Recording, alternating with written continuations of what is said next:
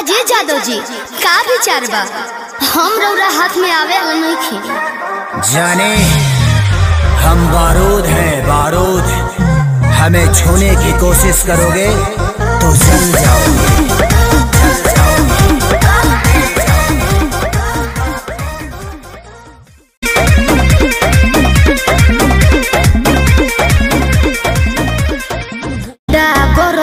बाबू तोहर चले नहीं, अच्छा मिली ना चीज हवा जौन तोहरा चाहे देवे के पड़ी। अरे सीधे सीधे मनबू की, सीधे सीधे मनबू की गोली चलबू हो, नाच के भलकी जी कहा नाच के जईबू हो, कहियो ना कहियो जानो जी के छाछ मोयईबू।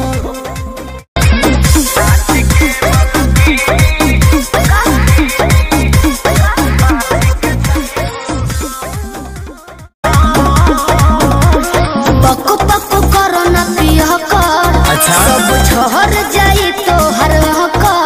अरे चला थोड़े देर में ठीक हो जाइबो।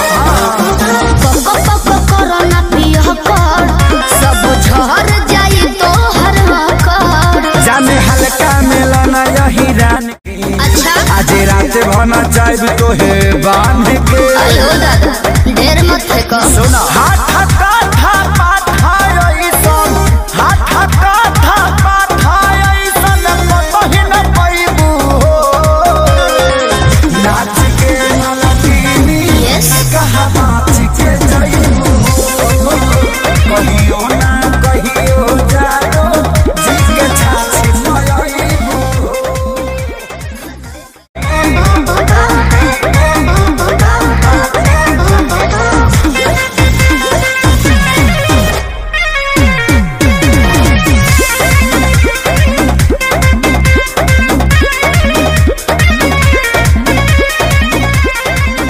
ढेर वाले वाले तोहरा लेखा, तू से पार नहीं होई सीमा रेखा। अरे वो छुरछुरी हुई है अब जाओ तो कबो।